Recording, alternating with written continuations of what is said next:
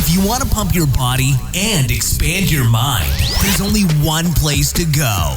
Mind Pump. Mind Pump with your hosts, Sal DiStefano, Adam Schaefer, and Justin Andrews.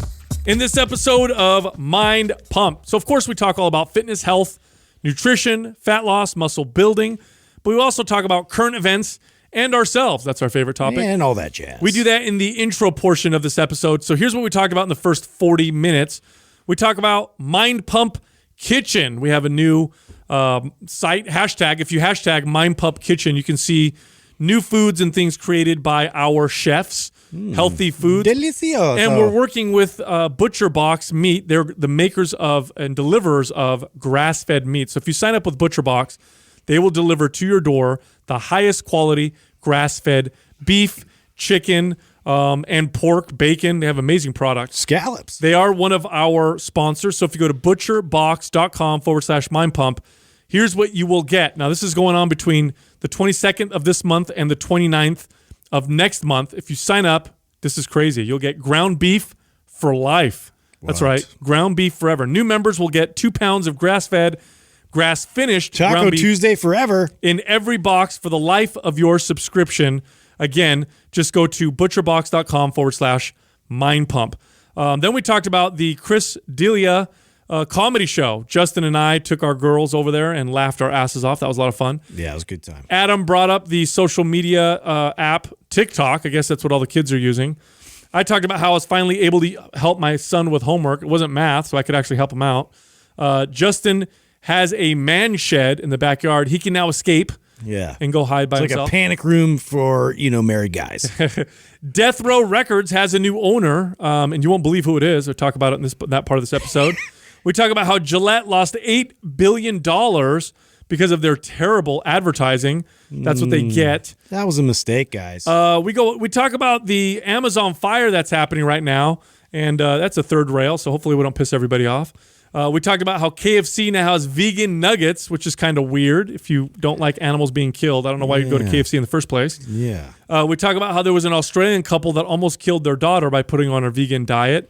And then we talked about the things you need to know before becoming an Uber driver. I also want to mention that our live event is coming up. That's next month. We're going to be with Mike Matthews here in San Jose. If you want to sign up for that live event, make sure you visit mindpumplive.com.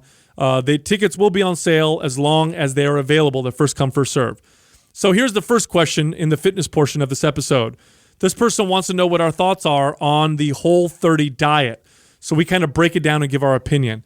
The next question, this person wants to know if vegetables and fruits carry equal weight. You always hear people say, eat your fruit and vegetable. Which more important, vegetables or fruit?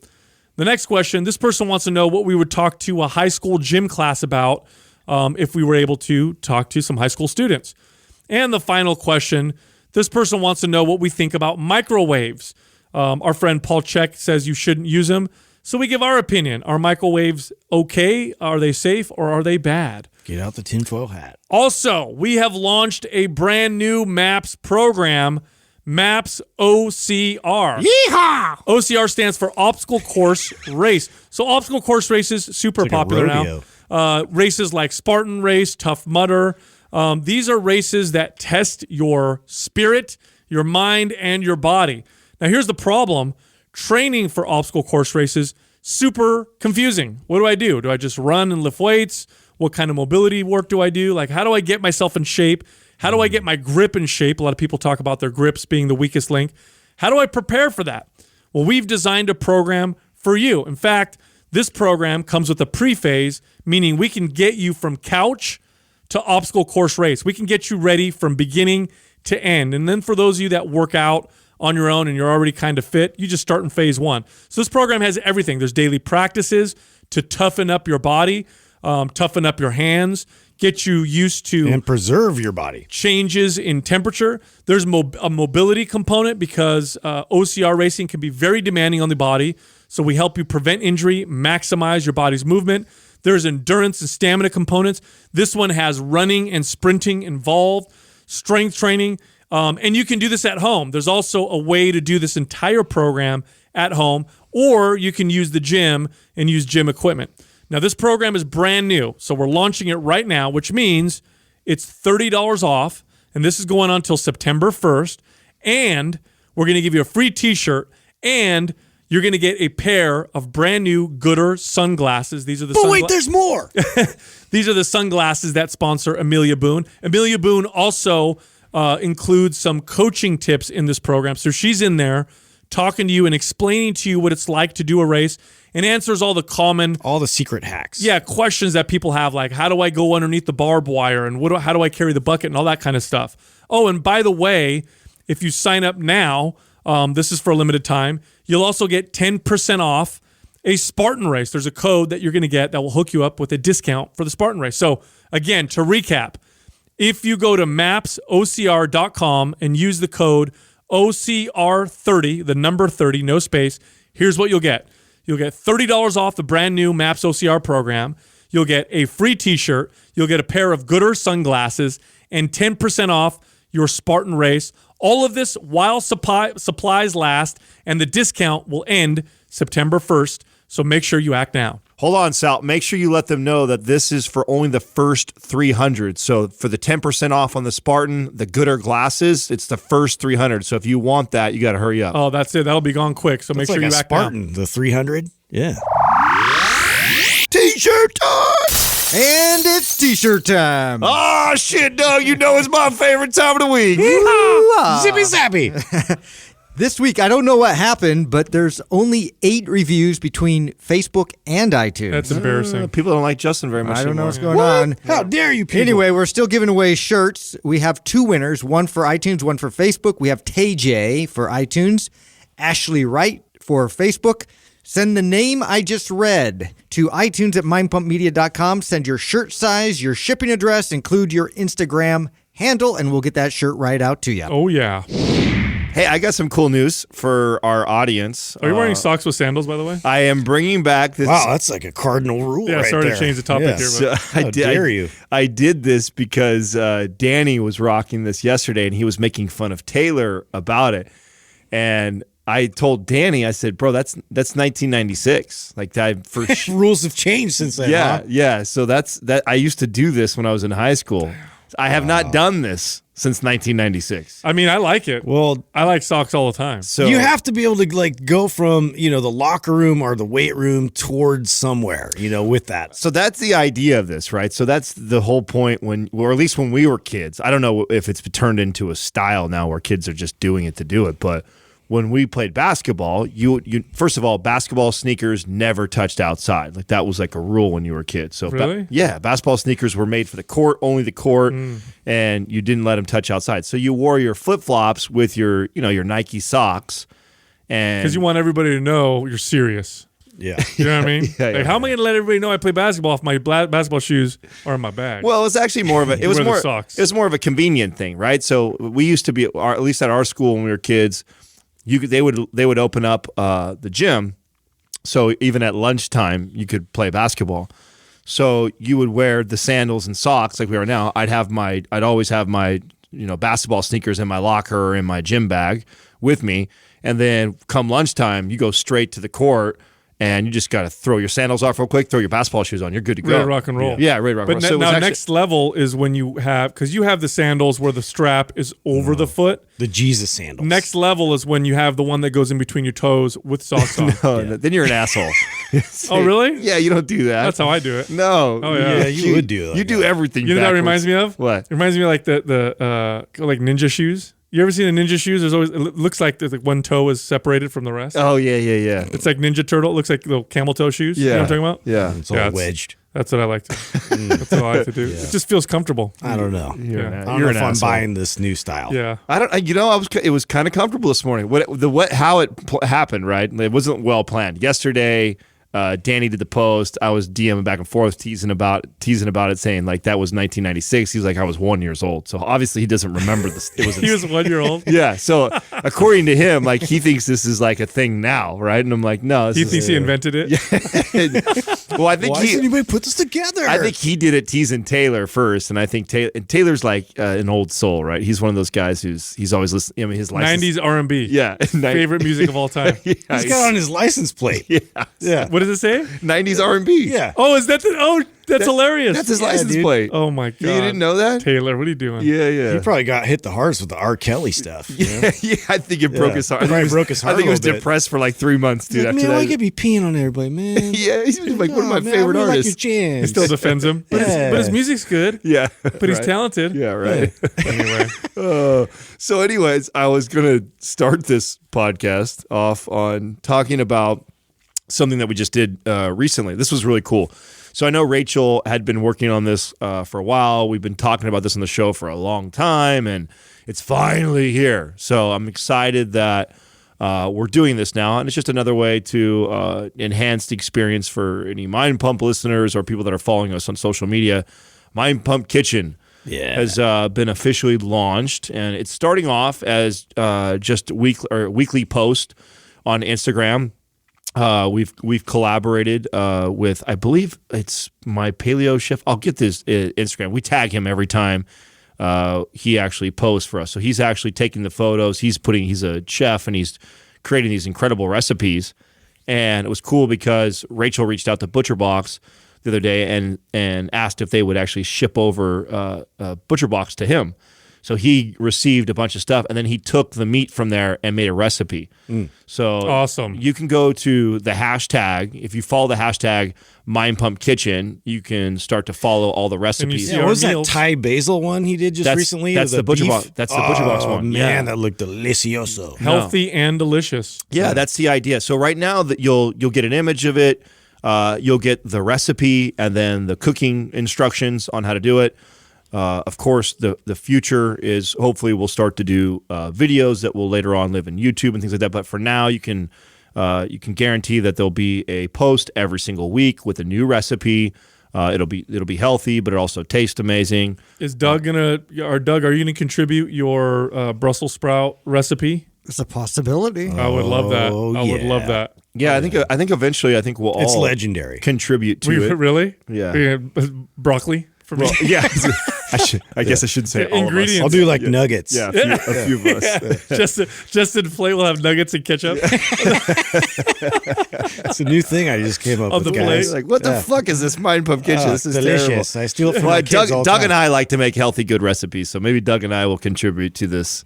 No, actually, I mean, I did have. So ButcherBox also has Don't chicken. fucking lie. Listen, I didn't come up Listen, with it. Okay? It wasn't my idea or anything. Like Courtney does really put some good stuff together. Like, so if you got a caprese salad, so it was basically the same kind of ingredients but with chicken. So it had like See the chicken, the mozzarella, the basil, and then the vinegar on top, the balsamic vinegar. say mozzarella.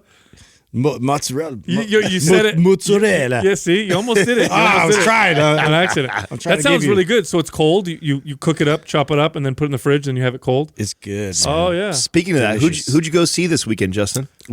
Crystalia. Is that how you say it? I don't know. I don't know, dude. I don't know. You guys got me both confused because I've heard it like two different ways now. I mean, that's how I read it. I think it's Delia. Delia. Yeah, I think it's Chris Delia. Anyway, he's hilarious. He's- Hilarious. Yeah, you bro. guys went. Oh my god! So it's his new act. It's his new bit that he's doing, and he's going to be recording.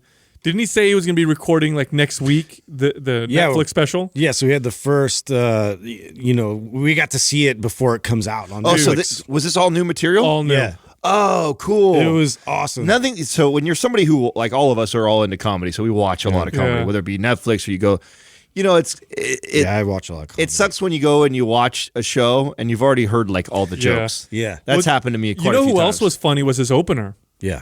What's that guy's name? Oh man, we got to I pull don't up his remember, name. dude. Maybe Doug can Google comedian that opens for Chris Delia, because I want to give the guy some props because he was also absolutely hilarious. Or his dick towel, that closer, his closing bit on this whole thing about sex was just so funny. Like Courtney was crying. So did you guys like this one better than his last one or what? Yes. I think it was. did. Yeah, I think it was better. I think it was excellent. He's always good. The guy always kills. His Instagram destroys me. Yeah. I cannot look at what's his name? How do you pronounce his name? Brian Callen. No. His opener. Oh yeah. Yeah, we got to get his name, Doug. I got to give him a plug. Yeah. Well. There it is. Michael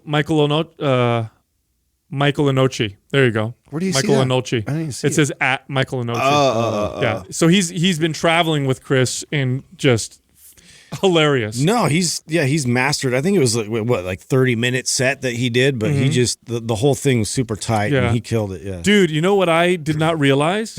So there's a stereotype about comedians, right, where they're kind of disturbed and they have like bad childhoods. You guys know that, right? You've heard that stereotype. Right. Yeah. Most of them are really dark. Yeah. Well, their humor is always real dark, but they have kind of like bad past or whatever, and it kind of what fuels their comedy. Did you know that Chris D'Elia had, I fucked up his name again. Yeah. He's never, ever had alcohol, never, ever tried a single drug, and had a really good like childhood. Parents that loved him. And so he like put that all in there part of in his the act. material. I didn't know that. He's never had I'm alcohol. supposed to be damaged. Never had alcohol, never had, not even tasted, not even tried, ever. Yeah. Oh, interesting. That's weird. What isn't it sounds really boring. Doesn't DL Hughley have some like a similar? Is it DL Hughley or is it what's the other big comedian right now that has the that we always talk about? He's fucking probably the most famous comedian right now. I can't think of his name. Right now. You're talking about man, short guy. Yeah, why can't I think of his name I right don't now? understand. Justin, What's come wrong on, with you're a comedy I know, guy. I am. See, it's contagious. You guys have like, I can't think. No, I can't think. I wanted to say Chris Rock, but it's not. I cannot believe either one of you assholes know that on top of your head right now. No, dude, he hangs out with The Rock all the time. Of course, yes, of course. What's his name, Of Chucky? course, she's gonna. Yes, Kevin Kevin Hart. Hart. Jesus, Thank you. bunch of assholes, dude. What a bunch of. Anyway, I'm embarrassed for that one. It's either Kevin Hart or DL Hughley has like a childhood that was like, I mean, suburbia, like just fine. Like he wasn't like because most of them have a fucked up story. Yep. And like you said, that's kind of their outlet. But ironically, I think some of the bigger guys now aren't like that. no. Maybe because nowadays it takes more than just being dark and humorous. Like I feel like if you're a comedian today, you have to be pretty business savvy. Oh, Because it's not just like I mean, I've heard these guys talk before about how, you know, some of the most funniest people you'll meet, they say, are undiscovered, like that you'll never get to see them. Well, from what I've heard, this is at all not anywhere my expertise, but from what I've heard, comedians often say that you need like 5 to 10 years. Yeah, 10 is what I hear. Yeah, all of the just time. stand up before you even can break through. It's like a lot of work, and to put that much effort and energy into something that's not making you any money. You know, it's an art, and a lot of art is driven by, I hate to say, challenge and pain. You know what I'm saying? Yeah. But I don't know if it's true. I mean, it would be interesting to see real statistics, but I know that's the stereotype. Yeah, and it all depends on the style of your comedy too. You know, like I think there's definitely, you could get that. Like you have to be authentic in it, so it has to like reflect your own experience. You can't just like portray somebody that's like, you know, had all these like crazy things happen to him and didn't really happen. Yeah. Well, I sometimes I feel like part of why Kevin Hart is so massive is I mean, he's good. Don't get me wrong, his comedy's hilarious. It's great, but I don't think he's even a top 10 comic as far as his act and his bit and his comedy. But he'll go down in history as one of the most. Oh yeah, he's a beast, business wise. Yeah, he's a fucking he savage. can generate insane sales. He has to be one of the top. Wouldn't you? How would you rate the top comedians of all time? No, he'll be top all time. Just in terms of money. 100%. Money and success, he's probably number one already. I don't know anybody who's probably generated more revenue than he has, especially if you get to count movies and all the other things that he does. I mean, stand-up has become so massive now. At one point, I think it was in the 80s and 90s it really started to take off, but now because of Netflix and Amazon Prime and stuff like that, you know, stand-up comedy is becoming a real big deal, because back in the day it wasn't like you didn't necessarily go and rent a VHS of comedy. I think Eddie Murphy was probably one of the first comedians to kind of do that, right? Because before that, where would you get their material? Pryor, was Richard he on HBO Pryor. or was he on VHS? Yeah, 'cause I remember watching that. Yeah, because Showtime and HBO were the ones that really promoted stand-up comedy. Yeah. Before that, I don't know. I think it was Vegas. You had to go to kind of Vegas to listen to them. You know, Yeah. and now you have Netflix and Amazon and Hulu, and it's a big genre on Netflix. Yeah, it's there's a lots huge of genre. specials floating around. All kind. Yeah, Amazon's a big one now. They just started. They had like Jim Gaffigan and they had Alonzo Bowden, I think. yeah, I think the formula has been the same. It's just exploded. Like those comedy clubs have been around forever. So Yes. I think that it was the same. You would go to comedy clubs, but it was just more underground. It was, you know, That's what I mean. Yeah, if you were into comedy, it was probably a little more like how UFC was when it first started, the first decade. You Well, know? comedy plays a very important role in society, especially stand-up comedians, because they have the ability to say the things that people want to think Honestly, or that think, but can't say. I think that's why it's so popular right now, and I've been waiting for that. I think like the biggest thing of going to a show like that was just laughing amongst everybody about like, because everybody's just so tight and walking around these days and like so worried about like, you know, Saying pissing the somebody wrong off thing, or saying yeah. something wrong or being unpolitically correct. And it's just like, it's so relieving to just sit there and like, you know, like talk shit and bullshit. Speaking of this climate and, you know, everybody's so sensitive and shit, you know, Sal brought up, I don't know, it was probably 3 months or more, maybe it was 6 months. It was somewhere between 3 and 6 months ago when you brought up TikTok. Mm-hmm. I saw that our buddy John Meadows was at one of the last Gary Vee talks and was asking Gary Vee about TikTok, and he's pushing the shit out of it right now. Yeah, his stance is that he thinks it may be like the next kind of Instagram. And with these social media platforms, you have a huge advantage if you're one of the first people on there to kind of do well. Like if you were one of the first Instagram people and you got some notoriety through that, then as the whole platform grew, you would blow up. So that was kind of his that was what he was kind of talking about. But I don't understand TikTok that much. It's definitely being used by the younger generation. It's very Vine-esque. You know, it's kind of a Vine / Periscope / Instagram all blended into one. I feel like that's what it looks like to me. And it to me, it's like what you brought up way back when, which is it seems to be the counterculture. The younger generation, and I 100% attribute this to the meme culture.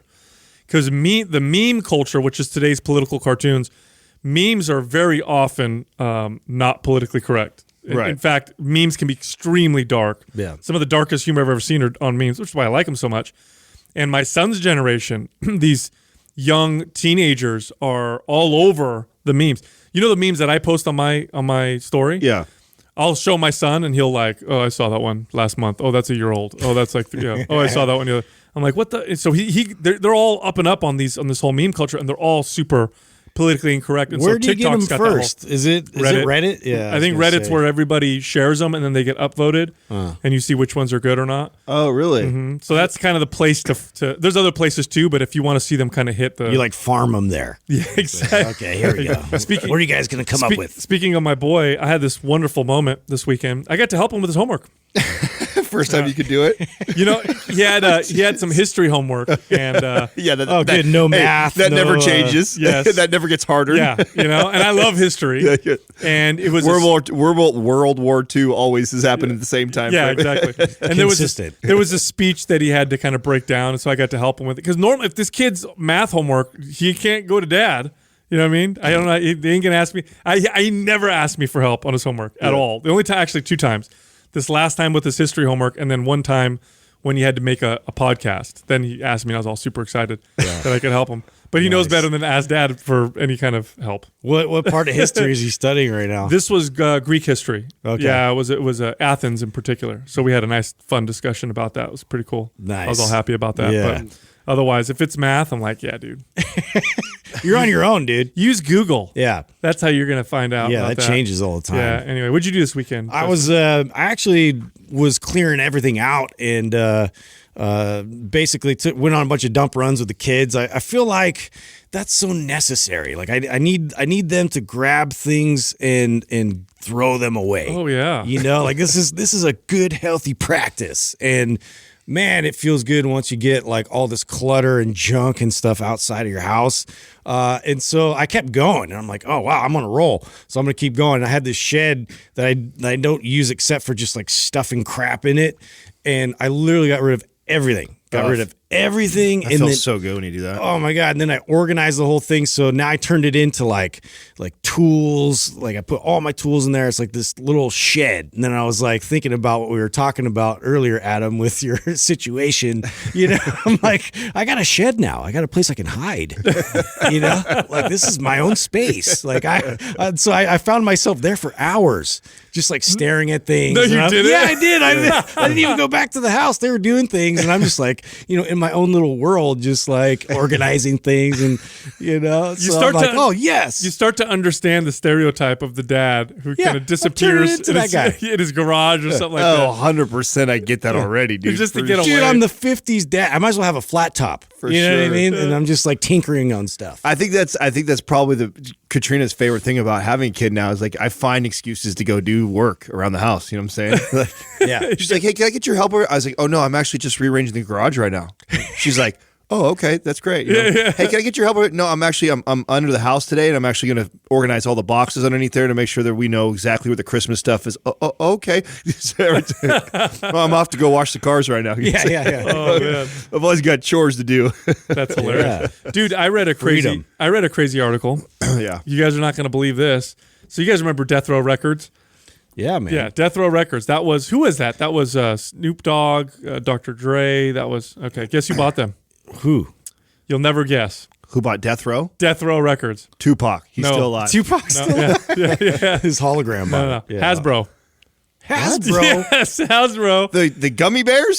No, come on, bro. That's horrible. That's horrible. They own like G.I. Joe. That's horrible. You fucked that up. Not the gummy bear.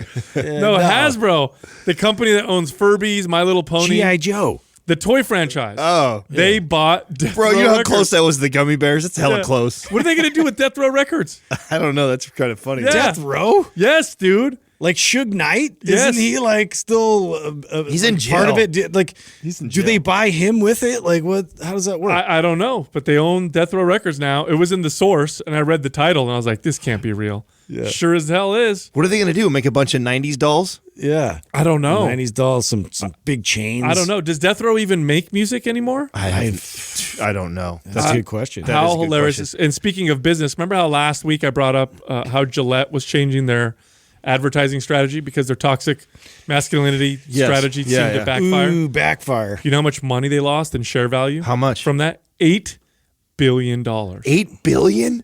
$8 billion. No fucking way. $8 billion they Wow. lost. So this is all shares? Like people just like dropped? I believe so. Ownership? Yeah, I forgot how they said it. It's not like $8 in profit, but yeah, they lost $8 billion in value. I don't even feel bad for him. Wow. No, they did that themselves, man. Well, this is what happens when you roll that dice. You take that gamble of like, well, I'm going to totally divide my audience. I have a question for you, Sal. You're gonna get mad that I'm bringing this up Oh, too, God. or Doug's gonna get mad because I'm gonna try your best to not get super political about it. Oh, you don't want me to rant? Okay. Yeah, That's impossible. I do have a question because I don't know a lot about it, and so I just want to I want to be more informed.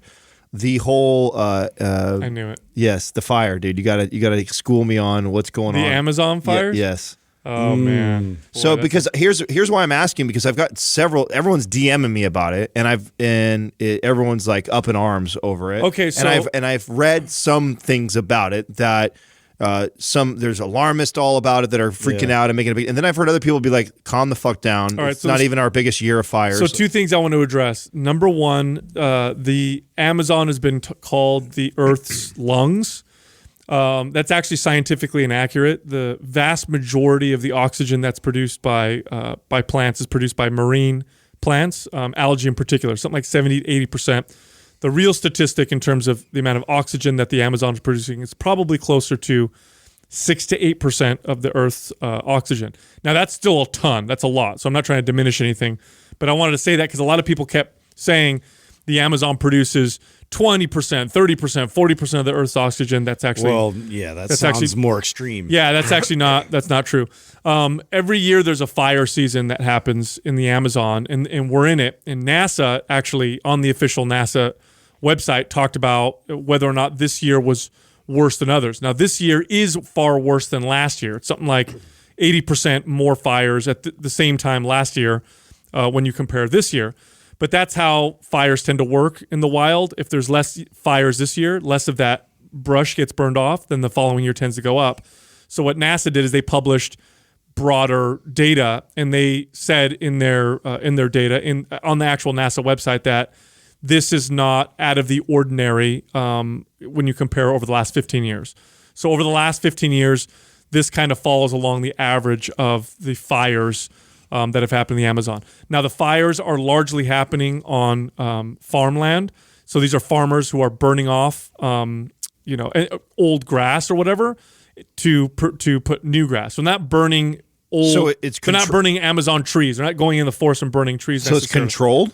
Yes, I believe a lot of them are controlled and human started. Now, here's why there's a lot of uproar. Now, first off, the slash and burn, plants and then farm. That's been something that environmentalists have had an issue with for a very, very long time. So this has been happening for a very, very long time. But the reason why everybody's so up in arms about it right now is because Leonardo DiCaprio posted about it, and it's become politicized. So I'm not saying it's good or bad. I'm just saying the reason why we're seeing an uproar now is because it's become now a politicized. This is what politics do: is they take a topic and they'll turn it into a weapon, add gasoline to their cause. Yeah, they'll turn it into a weapon to fight each other. So no, this is not, and this is based off of NASA's statistics and websites. This is not my opinion. I'm not an environmentalist. I'm not an expert on this at all. I just went literally off of what the NASA website says. But they say that it is not out of the ordinary if you look at it in terms of a 15 or 20 year time frame. But people are all up in arms about it and acting all like, oh my God, this is this is crazy. This is something new. We're destroying the planet. No, this has been going on for a long time. Again, not saying it's good or bad. Just saying it's not necessarily out of the ordinary. Like a lot of people are believing that this is something new and it's this crazy emergency that we need to all direct resources to fight. I watched a documentary like 3 years ago, I think it was 3 or 4 years. It was a while ago, and I wish I remember the name of it. But it was actually really interesting because I didn't know that it's necessary that we have X amount of fires a year, anyways. Did you know that? Yeah. That we have to burn off the underbrush. That's a part of the cycle of many forests. Yeah, and this documentary actually kind of these fires have been set by farmers. It brings nutrients back to the soil. It does, but a lot of these fires have been set by farmers, and a lot of it is on. It's not burning old rainforests. It's burning grasslands that they're burning to clear for new growth so that they could have their cattle graze on it. And that's a lot of environmentalists have a problem with that as well. Here's the thing with the environment. It's extremely complex. It's very, very complex. And there's a litmus test that you can, if you want to find out how much science people know, if someone's really concerned about the environment and they want clean energy, ask them what they think about nuclear power.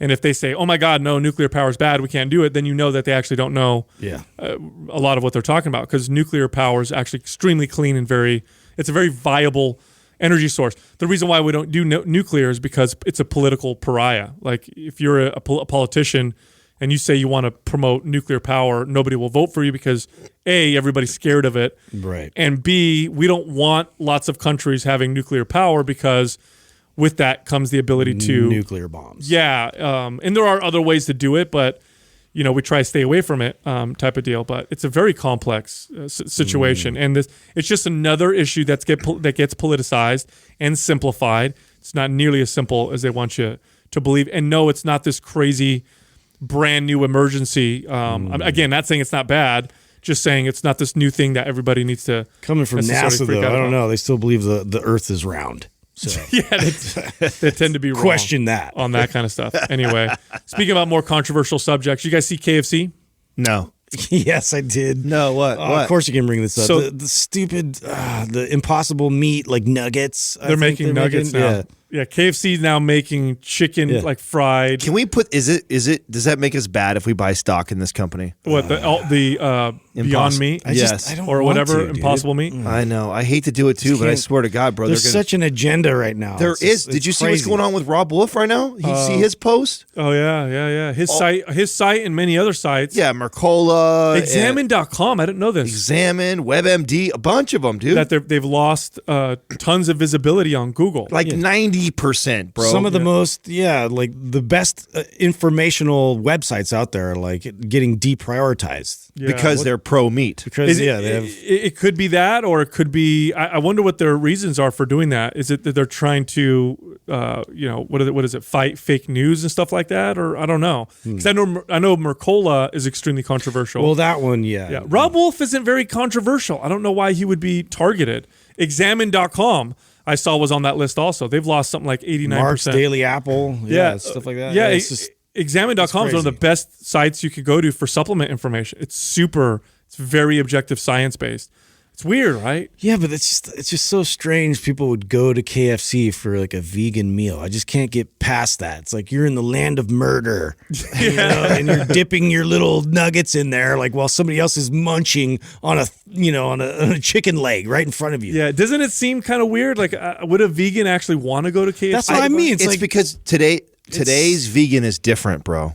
Today's vegan kind of becoming a trend. It is. I'm telling you, I've watched all my little nieces and nephews and cousins that are like 2 generations behind us that are coming up. And I guess maybe I wasn't aware of it as much before until that What the Health documentary came out. But after that, dude, I've got all these like little cousins that like they don't understand anything. But because of that documentary and so many millions of people saw it, and that now it's like a trendy thing to do. It's just such propaganda. It's so trendy. And what they think they're saving the environment, and they think it's like this healthier. Yeah. I think it's healthier, and we're saving the environment, and so it's a win both ways. So we should all try and be that way. No, and vegans who are serious about it and have been doing it a long time will 100% back up what I'm about to say. If you want to be a vegan, you need to be extremely informed and have a well-planned diet. You have to, or you will suffer from serious health problems, because having nutrient deficiencies is extremely common with an unplanned or not informed vegan diet. The truth is, we're like everything else in this world, there's always the swinging of the pendulum. And right now it's swinging hard this direction. And unfortunately, what's going to bring it back is when all the shit happens. When people have been on this for fucking 5 years and they get all these deficiencies and issues start coming up, we're going to see it. Well, it's crazy. When you got a bunch of 15-year-old kids that don't know dick about nutrition, that are just running around just trying to avoid meat because that's all they do. Because it's popular. Yeah. That's where they're going to get fucked. Yeah. And we're not going to see that come out in 6 months, 1 year, 2 year time. It's going to take 5 years to a decade of these kids. Their hair is going to start falling out. Their bones are going to start getting weak, and they're going to start, their cognitive function will start to decline, because that's what happens when you're in a nutrient deficiency. I mean, consider this. The average person, the average American is so misinformed on any diet. They have bad planning with just a standard regular diet. You want to tell that person now to eliminate meat, which is where they get some of their essential nutrients, and continue on their uninformed path. The only information they have is, I'm not going to eat meat because it's not good for me and it's not good for the environment. Terrible advice. You're going to cause a lot of problems, and you're actually going to cause the environment more problems as their health problems and issues start to go up. That there's some cascading effects that happen from that. Yeah. That brings me to an article. There was a couple in Australia that almost lost their child. Both almost lost their child because their kid almost died, but then the courts almost took their kid because they put their child on a vegan diet, and this 18-month-old had such bad nutrient deficiencies she wasn't even growing teeth. Oh my God! And they went to court because the court, the government's like you're malnourishing your child. Yeah. They almost took their child away. But the court agreed to give them back their kid so long as they'd feed them differently. Really? But the nutrition was so bad, this kid was undersized, teeth weren't coming in. I mean, you need to know what you're doing if you're going to eat a vegan diet. And most vegans need to supplement. It's just it. It's the bottom line. If you're a vegan, you probably should be looking at taking some supplements long term. But there's nothing wrong with that. There's nothing wrong at all with that. But it's just a reality. Otherwise, you're going to put yourself in a very, very bad position. We're not just talking about eating too many calories and being fat and all that stuff. Nutrient deficiencies will kill you, and they'll cause real problems. So that's what I'm saying. We're not going to see, unfortunately, we're not going to see this start to come back the other direction. I think we're going to keep going this crazy for a while until that stuff starts happening. And then it'll wake everybody the fuck up, and then you're going to see well, because it's making everybody money too. You know, these meats are popping up everywhere, and what a great opportunity for these companies. No, let's talk about that for a second, okay? You cannot patent an animal yet. Okay, I'm sure they'll figure this out at some point. But I can't patent cow, I can't patent chicken or eggs.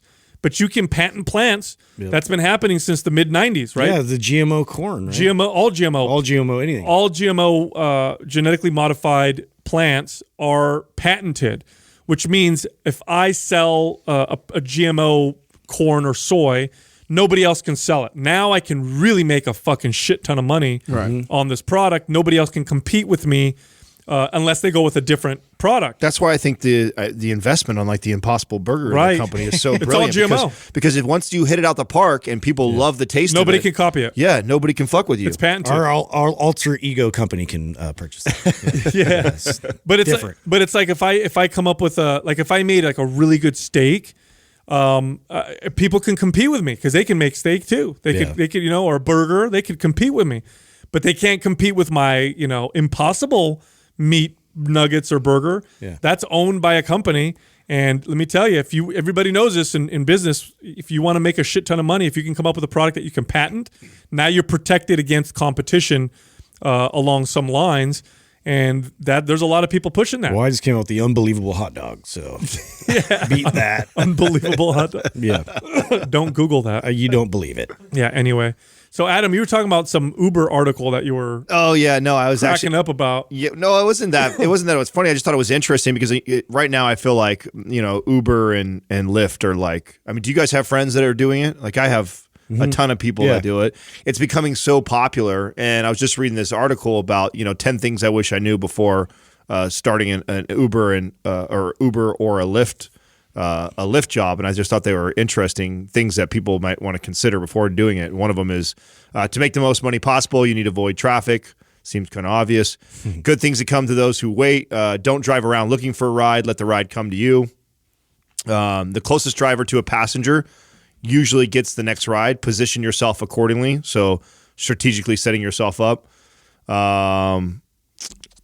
You need to take breaks often for your health and for your sanity. Driving nonstop will kill you. The secret to high rating and more tips is having a clean car, offering a good. I like this one too because I brought this up in the last Uber. I think you guys were with me. Yeah. Oh yeah, having the little charging cord. Offering a good phone charger and driving safe. So driving safe, of course, because I know Sal and I have almost been hit a few times when we were driving around Ubers. Dude. Sketchy. Right. We were in a car that was like the guy was. It was like a bumper car, man. And I don't know, maybe because we travel a lot, so we're in these a lot. 100%. Like if I'm in a clean car and the Uber driver offers those long cords with the different charger options, so no matter what phone you have, I think that's like such a clutch move. Didn't Lyft was it Lyft that just got a bunch of like sexual harassment suits or something like that? Oh yeah, I did. They did. I had that in my notes actually to talk last week. I totally forgot about that. Yeah. So what was the deal with that? Was it the company? So what? Ex-employees? Or something? No. What was happening was there were 6, I believe, sexual harassment charges, and they were different cases. Like some of the Uber drivers, that took somebody home. You mean Lyft drivers? Yeah, excuse me, Lyft drivers. Followed the girl in and then tried to either rape her. What? Yeah. Wow. So you had situations like that. That was like one situation. Another situation, somebody was just kind of verbally harassed. In other situations, they were touched. Other situations, they were trying to take them somewhere else. So they've had these different cases that have happened, but you have these people that are using Lyft. I don't think Uber is. I think Uber went through this before too. There it is, right there. So Uber had already had this. So Uber had issues just like this too, because it's like there's not like it's not hard to become an Uber or a Lyft driver. Yeah, almost anybody can do it. That includes pedophiles too and fucking weirdos. No, I don't know. I think they have to go through background checks. Okay, well. Okay, if you've not been offended of being a pedophile, sure. You know what I'm saying, but you could still be a creep, well, and not have a record. Well, here's why I'm saying this. Taxi cabs. I mean, I've always been suspect of those guys. Yes, this is what I was going to say. Is I wonder how many sexual assault lawsuits happen just to taxis. Yeah, I don't. The years, what I'm saying? So when I was going to bring it up, so it was on my notes to bring it up the other day. Like, I don't think of it as like this is. I don't think like Lyft. Like there's more. Yes, I don't think there's more with Lyft and Uber than there was with taxis. I don't think the people are any more creepy. I actually think this is just an interesting way that people are trying to take them down or go after them. It's like trying to hold Lyft responsible for human somebody. behavior. Inevitably, there's going to be assholes out there. But I mean, how is that any different? Like, so if one of our employees that we hired went out and sexually harassed somebody, we would be held liable for that. So that's what's happening. Are they being held liable? Right. So they're sure. Yeah. Absolutely. So I would venture to say crack down hard on that. I would venture to say Uber and Lyft would be safer than taxis, and here's why. When you take a taxi, you don't have the person's name and picture and driver's license on your app. Right. When you take an Uber, I have all that information. Yep. So I have the guy's face, I have his everything. So I bet you, I would venture to say you're safer in an Uber or a Lyft than you would be. I would with a agree taxi. too, because I guess you get in a taxi, you don't know the dude. You well, don't know shit. and a guy makes, let's say a guy makes crude comments to some girl that's in there, and when she leaves, she has the option to 1 star, leave notes. You can write a comment right away. Right. So Yeah, try doing that with a taxi. The guy leaves, you're like, crap, what car was it? I don't know. Who do I call? Right. So I do think that, believe it or not, I actually think that's probably better controlled through Uber and Lyft than it ever has been before. Totally. But again, it's because it's these massive. The reason why I'm saying that is we always have to look at context, right? So if you look at a company like Lyft, and let's say they had, I don't know how many, let's say they had 15 sexual assault lawsuits. Look at the context. How many total rides did they service within that period of time? Right. And is that a percentage? Is that percentage normal within how many? With other companies, or is it lower or higher? Because it can sound terrible. And to your point, but it might be better. No, exactly. To your point, it's probably significantly better. We don't know. There could have been 30. In the same time frame and rides, in taxis. But now, because it's actually very easy to track who the driver was, complain, and do all those things, maybe because of that, we're seeing it more often. So then, of course, we're freaking out. Because I would be. Here's what I would look at. I know that the taxi companies really don't like the decentralizing and disrupting effect of Uber and Lyft. I wouldn't be surprised if they love putting out information like this to make it sound like, oh, they're not as safe. Almost like hotels, like with Airbnb. Maybe one Airbnb guy has a hidden camera and people catch it, and so then the hotel companies will put out these articles and say, oh, look, people are spying on whatever. When in reality, it could be far safer to Airbnb than even to use a hotel. Right. So who knows? This quaz brought to you by Organifi.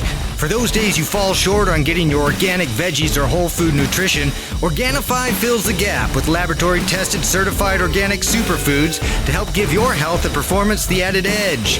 Try Organifi totally risk-free for 60 days by going to Organifi.com. That's Organifi.com. And use the coupon code MINDPUMP for 20% off at checkout. First question is from Elena Badina. What are your thoughts on the Whole30? Have you ever put a client on it? I actually, when I think back to all the different diets that are out there, diet books and protocols, I would have to say that as a trainer, like you typically are customizing everybody's nutrition plan. But if there was ever something that I just pointed someone in a direction, like maybe they didn't hire me, they had questions, I've actually pointed more people towards Whole30 than almost any other diet out there. Mm-hmm. Yeah. I just think that the principles behind it are really, really solid and probably aligns the most with the philosophy that I would teach my clients. We've talked on the show many times about, I remember having clients and they'd come back and they would be struggling with the diet, and I'd be kind of asking them, oh, well, I'm eating good, and then I find out they're eating out here, or they're eating these things that I think are just really tough to track, and they're processed foods, and I'm like, oh, they're probably also underreporting.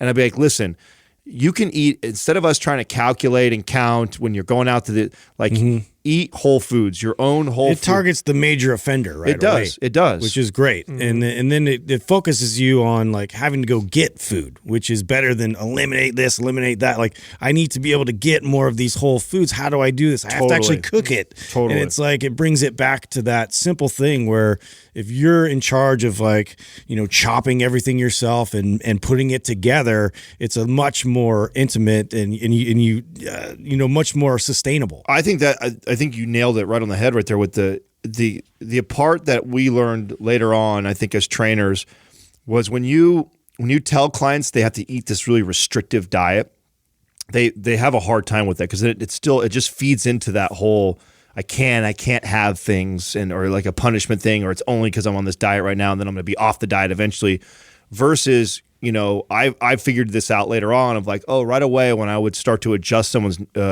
diet, I would actually never take away. I would start to infuse things into the diet. So instead of me saying like, oh, no more of that McDonald's or no more of that, I'd say, what I want you to do is start eating, 2 cups of broccoli a day. What I found out, and I figured out, was if they ate a certain way, and they're very consistent, even if that's bad, bad choices like eating fast food and stuff. but they never sat down and had 2 cups of broccoli in their day.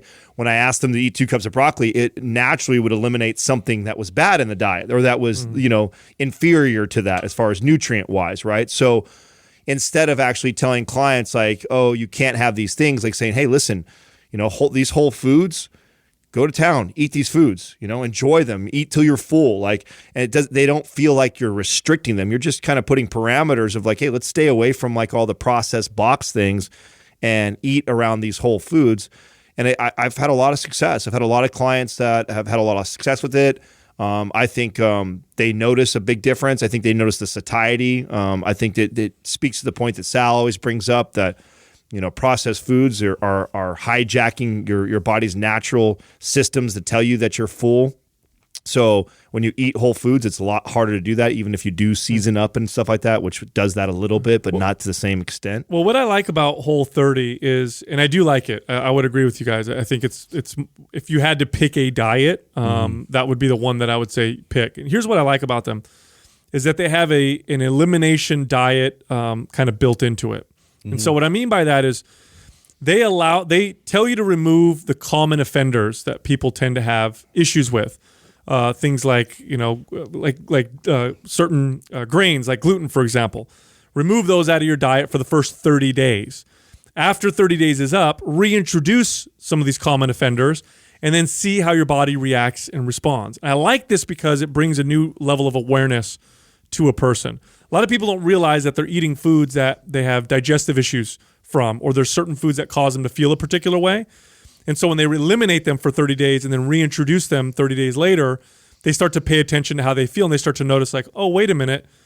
When I eat lots of bread, I just don't feel good. My body doesn't feel good, or my appetite gets out of whack, or my mood's kind of whatever. Maybe that's what happens when I eat bread. Let me take it back out and see what happens. Whole30 does that, and that's the part of Whole30 that I like the most. It has that elimination component kind of built in. Most diets cut things out, leave them out. Whole30 doesn't necessarily do that. It cuts things out, and then it says reintroduce them slowly and see how you feel. So I like it. I like it for that. I think people have had a lot of success as a result. It's not foolproof, of course, but it's good to know how your body feels, because the way you digest things is very individual. The way you react to foods can be very individual. There's a psychological component that's very individual. Some foods may be psychologically triggering for you. There's also your metabolism and how your body works with these foods, your microbiome. It's all like a fingerprint. So, Adam and I may go and eat a meal, and that meal may make him feel different than it makes me feel. And I'm talking about everything from physiological differences. I may get bloated from a meal that he feel fine from, or I may get tired, or I may feel bad, or I may just have an emotional connection to that food, and it triggers me to eat a lot of other foods. That's also something that we have. We have emotional triggers. So it's good. I like that component. You take things out, reintroduce them, see how you feel. It gives them a little bit more of a sense of awareness than most diets tend to do. Yeah, I like that it has, it's a strategy at the end of the day. Like, I look at diets as a way to kind of provide a structure if you're unstructured in the way that you're eating. And so it helps you to kind of, really take that mindful time and experience, and pay attention to the signs and symptoms of what your body's telling you through that process. Yeah, here's the foods that they cut out in the first 30 days. I brought it up. I just wanted to be 100%. So it's dairy, grains, alcohol, legumes, added sugars, carrageenan, MSG, and sulfites, and then junk food. Now, those are the most common offenders in terms of making people feel bad or giving them a food intolerance. Like dairy is a big one for me. Other people, it could be legumes. If you're looking at people with their food intolerances, those foods right there probably cover, including the preservatives like MSG and stuff. Those probably cover, I don't know, I would estimate 75 to 85% of the most common, issues that people have with food. So if you cut those out and then you reintroduce them one at a time after 30 days, like, okay, I'm done with my 30 days. Let me reintroduce dairy real slow, because that's what the Whole30 tells you to do. And then you start to notice that's where I'm getting the bloat. That's where my bloat was coming from. It's from dairy. Now you know. Now you know what's causing these issues, and you can eliminate them or keep them in if you want. So that component is really what makes me enjoy it the most. It's the biggest commercial kind of elimination diet protocol that I've seen. Otherwise, I haven't seen too many that have that kind of commercial viability. Next question is from 00 Silk Drop. Do vegetables and fruits carry equal weight when it comes to nutritional necessity? It seems like they are always lumped together. You mean like in comparison to each other, or in general, like to other foods? To each other. So, because, we always say eat your fruit and vegetables. Like they're put in the same category. Okay, so this is a great question. Now, I would say this in the context of today, okay, so modern times. Vegetables are more important than fruits. You're going to get more nutrients. Vegetables tend to kick the crap out of fruits in terms of nutrients, in how many nutrients they deliver to your body.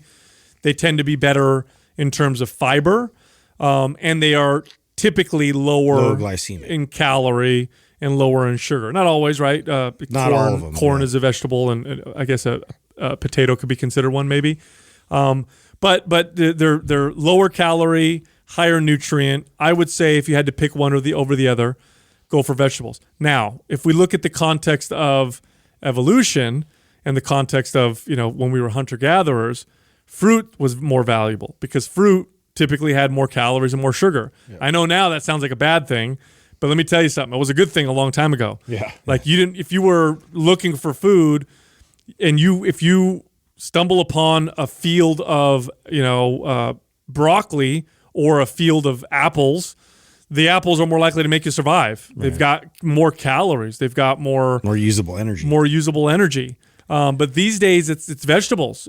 I don't even push fruit on my kids that much. I mean, they'll have some fruit here and there, and that's their snack every once in a while. Yeah. But it's the vegetables I make a big deal. We don't have to worry about scurvy as much now, which is good. Wouldn't you? I would say though, a cup of berries from a fiber point. If we were going to compare, like if you have somebody who doesn't have. Trying to think of like all the times where maybe I've actually recommended fruit. Yeah, that's a good exception, right? Yeah, like so you're like one thing that I do that's common. Like if I have somebody, I always have clients monitor their stool and pay attention to that. And if I have somebody who has constipation and I notice that they're really low on fiber, they're not getting enough, and maybe they're they have some asparagus spears at dinner and they had like a iceberg lettuce lunch, and so they in their head they're eating enough greens, and so they think they're getting and they're not a ton of fiber. Okay, so a handful of asparagus and salad for lunch doesn't equate to a ton of fiber that somebody would need. And if you're somebody who's listening and that could be a normal day for you, easily you could be eating under your daily requirement for fiber. So having someone eat a cup of blueberries, blackberries, strawberries, raspberries, all the berries. Is a good punch of fiber. No, this is a good point because on a volume to volume comparison, fruit actually does pretty damn good when it comes to fiber. The difference is this. The difference is I can eat a lot more leafy green vegetables and not consume calories. Right. So that's what I'm saying in the context of modern life, like vegetables seem to be... It's more power packed. Yeah, they seem to be better, But you're right. On a volume per volume... Berries have a lot of fiber. Right. So that's where I wanted you to be careful with us recommending that direction, because there's been many times where I've had clients that are not eating enough fiber and just simply trying to get them to eat a little bit more vegetables. It's hard because the amount of vegetables that you need to eat, if you were to do no fruit at all and get all your fiber from vegetables, you got to eat quite a bit. You do. Oh yeah. You got to. That's a lot. Vegetables are meant to be that way. By the way, they're meant to be eaten a lot. Eat the fuck out of them. They're so low in calories. When humans ate vegetables in the past, we ate a lot of them because they didn't give us a lot of calories. So we sat down and we ate a shit ton of them. You know what I'm saying? So that's the way you're supposed to eat vegetables. You're not supposed to have just a little bit of vegetables. You're supposed to have a lot of them. And I recommend to people, especially people with digestive issues, cook them. Cook your vegetables. Cook them well. It makes them easy to digest.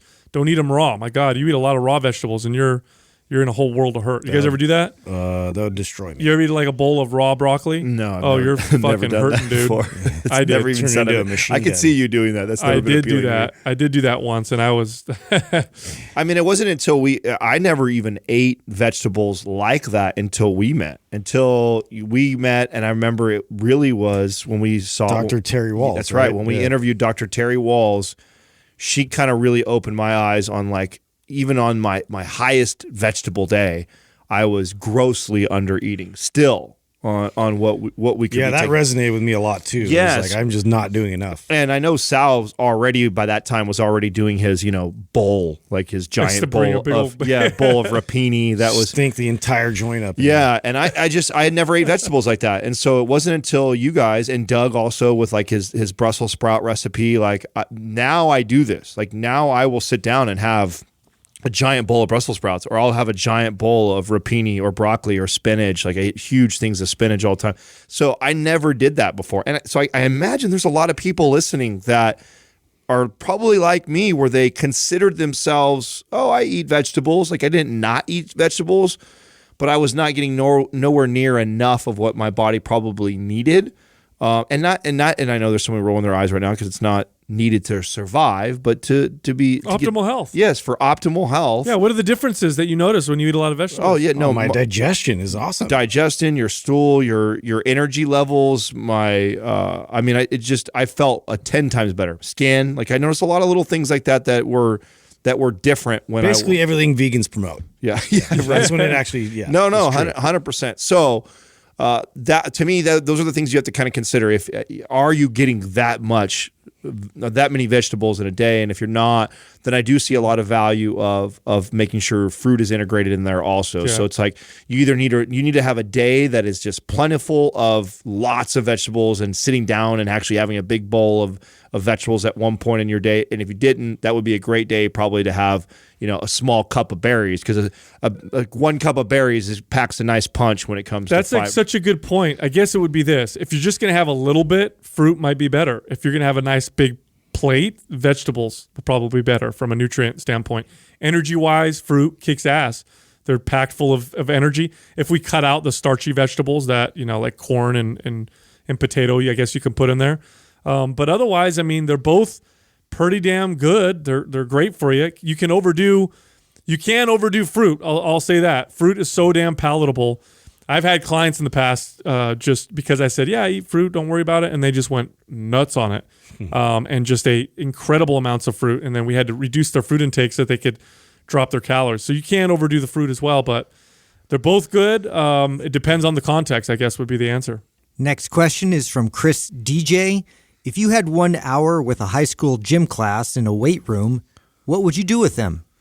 This is a challenging one because I saw this up there and I was already kind of thinking about it. Like, what would I do? I know what I would do, but the problem with what I would do is I don't know how well this would do in a high school class. I'm so disconnected from that age group, and I don't know the attention span. Like if I was like a high school gym teacher, like I would love to be like, all month long we're talking the squat. I know. I was just thinking one exercise, yes, maybe 2 max. Right. That's it. Like all month, it would be like this month is the squat. And so we would learn the squat. We would practice the skill. I would show the difference between students and what's going on with each one. Like, oh, he's limited here because of his ankle mobility. Oh, she's limited here because of her hip mobility, and like pointing out all these things and teaching them. Like you could teach the squat. Obviously, you teach the squat for a whole year.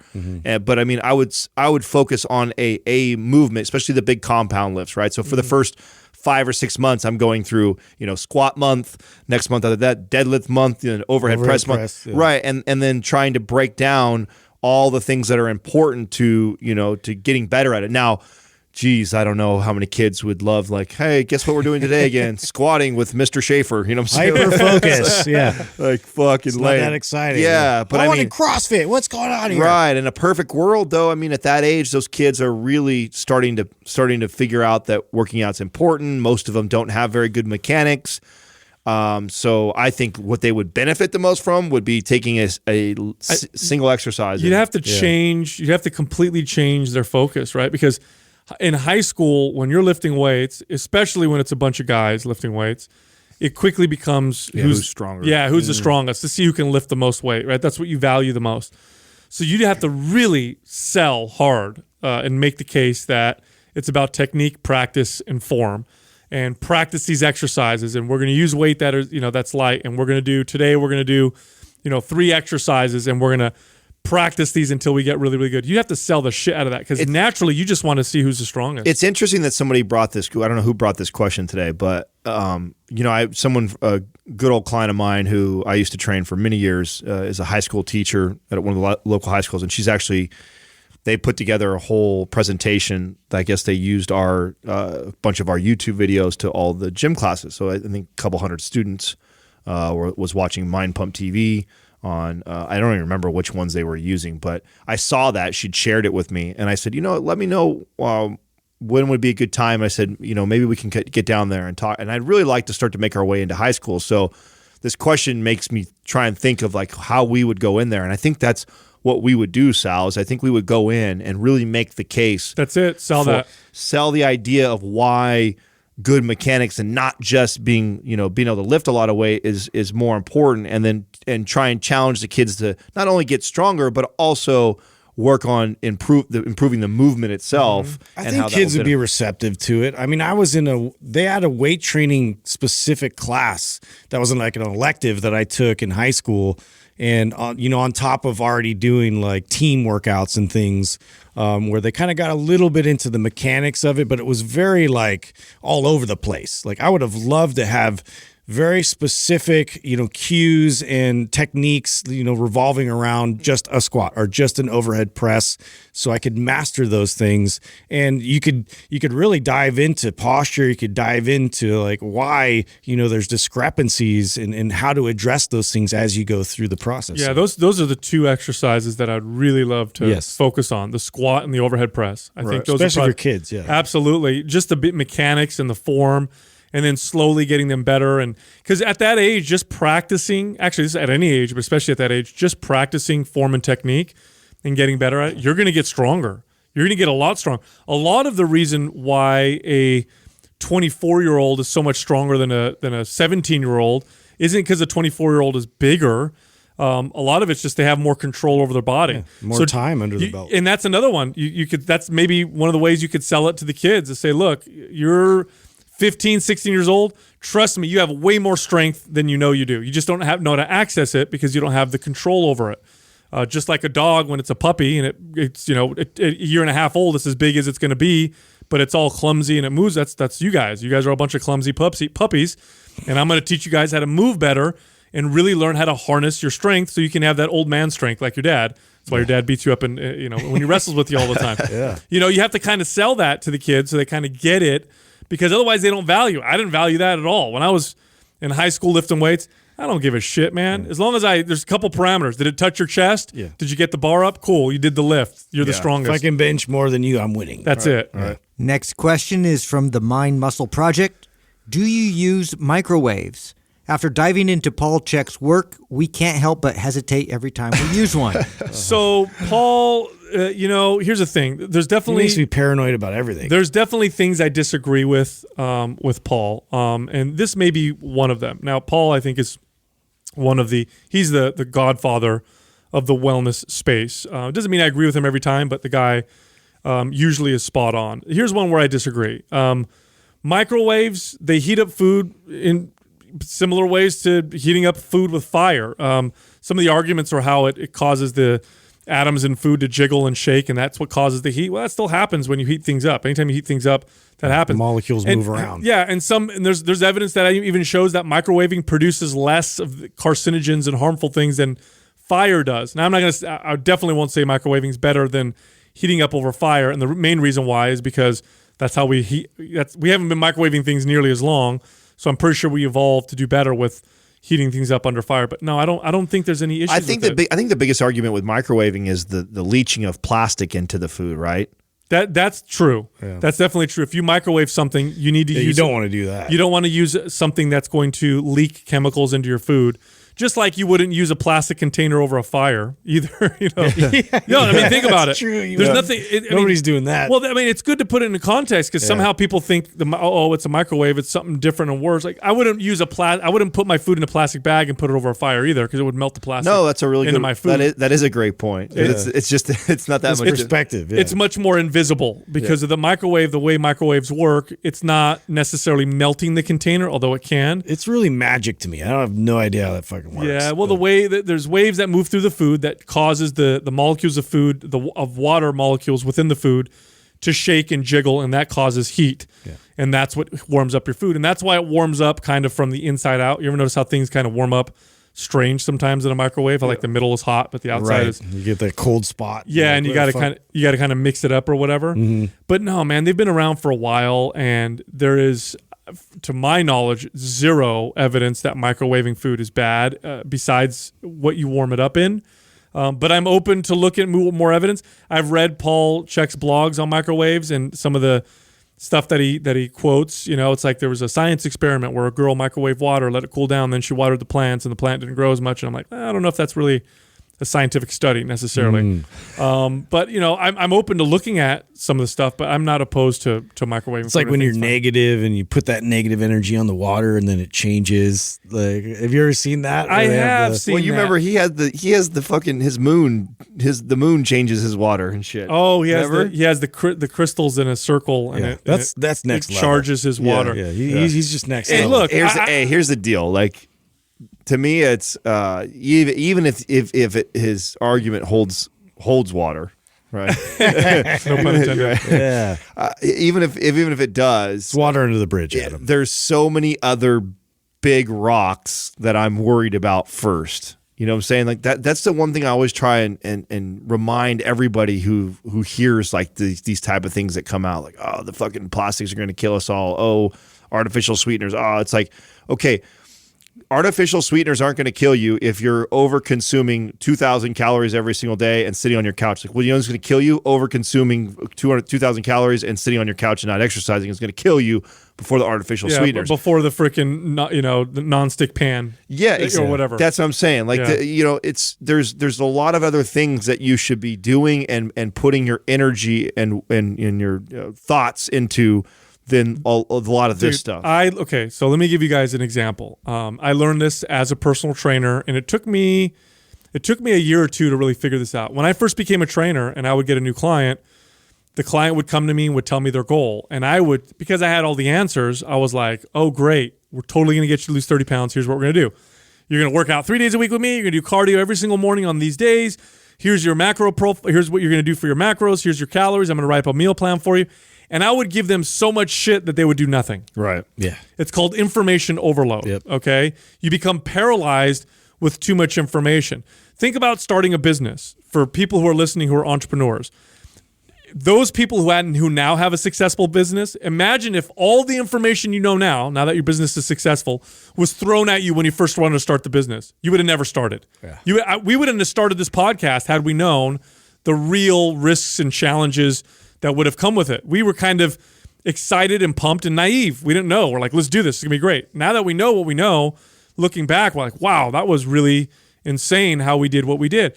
This is true for anything. And what's happening with a lot of this, this is what the wellness space does terribly. Yes. The wellness space, this is the problem with the wellness space, is they oversaturate with so much fucking information on everything that people do nothing. Yep. So now rather than people eating a little bit less and moving a little bit. And honestly, only the people that subscribe to it are the ones that don't even need it that much, right? Oh. It's the people that are already like super healthy. They're looking for like the next crazy level. Those are the people that adopt it and go like, oh, this is great. I'm so glad now I don't ever use my microwave anymore. And I'm using all this, aluminum free deodorant and I'm doing all these fucking things. It's like, yeah, but I'm eating way too many calories and I'm not active. You know what I'm saying?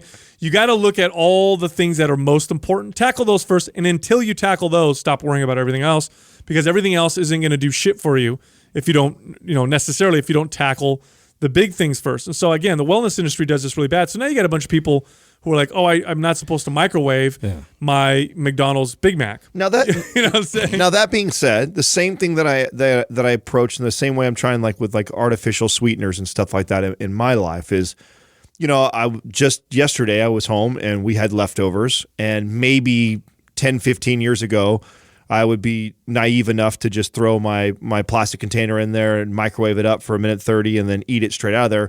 Where now it's like, oh, I'm at home right now. I have my iron skillet that's already on the stove. I just dump my food in the skillet and light the skillet up and then cook it and heat it up on my iron skillet, then throw it back on a plate and I eat it that way.